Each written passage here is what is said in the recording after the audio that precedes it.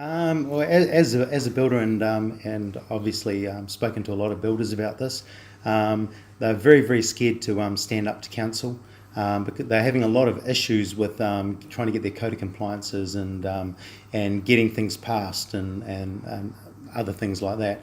But most of the ones that I've talked to, probably 99% of them, are all too scared to stand up to council because they take me in as an example. So what they say to me is, oh, listen, we'd love to stand up to council, we'd love to tell them what we think, but we're too scared to because we've seen what's happened to you. You know, they've ground you into the dirt, you know, as one of them actually said to me. Danny, do you think that that's your obsession or your paranoia? No, it's not an obsession, it's not paranoia.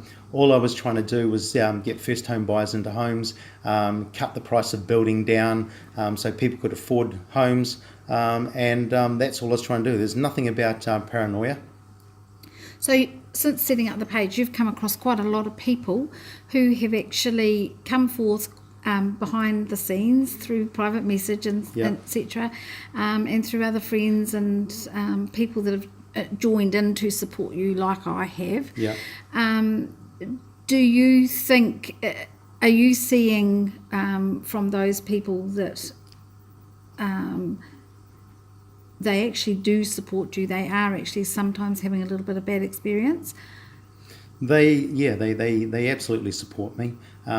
They can see through all the bullshit through the media, the bullshit that council spins, all of the bullshit. They can see that I'm still here and I'm standing up for my rights and the rights of all the people that worked on those houses. You know, the contractors that worked on those homes, they were good contractors. So I'm standing up for their rights as well.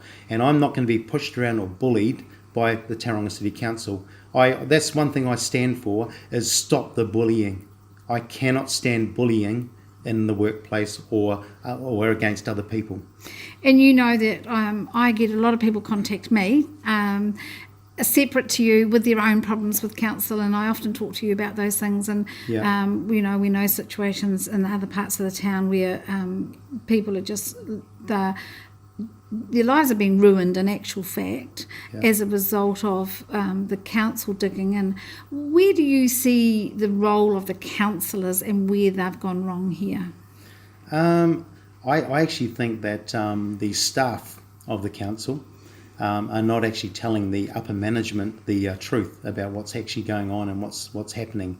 I think that the staff of the council start getting a little God complex, that they're the bosses, that you have to do what they say, they're always right, even when they're not right, and you can show them in the building code that they're not right. One time on one of the sites, this is before the Bella Vista subdivision, I had a meeting with a building inspector. I can't remember who it was. I can't really say anyway. But I had a meeting with a building inspector on site, and we were inspecting the piles for a foundation for a timber floor. And he says to me, oh, listen, you know, this pile here is an anchor pile and it has to be 900 deep. And I said, well, no, hang on a minute. I said, if you actually look in 3604, this is to one of the building inspectors that's meant to know all of this. If you actually look in 3604, you'll find that it can't be an anchor pile if it's over 600 millimetres high out of the ground. And he goes, oh, no, that's not right. And I said, well, have you got a 3604 in your car? He goes, yep. So we went to the back of his car, we opened it. We looked in the part where anchor piles and brace piles are, and he goes, oh, you're right. I said, well, you're meant to know this sort of stuff, mate. And he sort of, I suppose he didn't like it because he had just a lowly builder on site telling him what he's meant to know that's in the building code. And I'm thinking to myself, well, if he doesn't know this, what about all the other building inspectors? What are they like?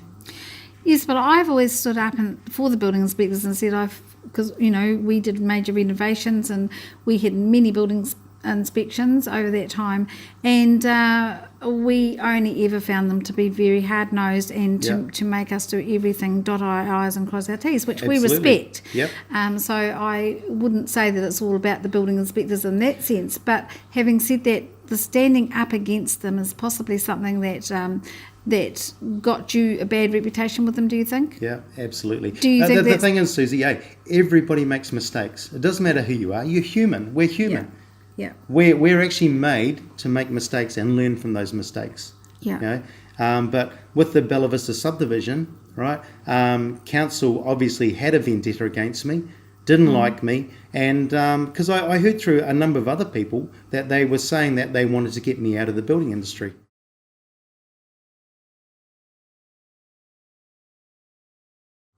If they had just only talked to me, and instead of getting advice from lawyers who now are up to probably about $1.5 million in fees, right? Yeah. Instead of all of that, just talk to me. So in some of the documents that I've got, you will find that there's reference to meetings that you had with the CEO, Gary Poole, Yeah. and others. And at one of those meetings, the insurers was there. Is that correct? Correct. And that would have been in about the early 1990. Listen to me. 2017. Would it have I been? think so, yeah, around about those dates, yeah. Yeah. Or just 16 or 17 or somewhere around there. Why do you think the council brought the insurers in at that meeting? Because they knew, they obviously looked into it, and they knew that we were all lawyered up, ready to go to court with them, we really we didn't have a choice. You know, they'd held the project up for so long that we didn't have a choice. You know, and this is just after we had the I think we had the affidavit from one of the ex-building inspectors there. Who said that Laurie Hubbard and I think it was Lex Plateau and that were laughing, and Laurie Hubbard had said that the council were going to bankrupt Bella Vista Homes before January 2017. So that's hearsay, is what you heard, but we've had that said to us. You know, a few of us in our. It's not hearsay because in it was group. sworn in an affidavit.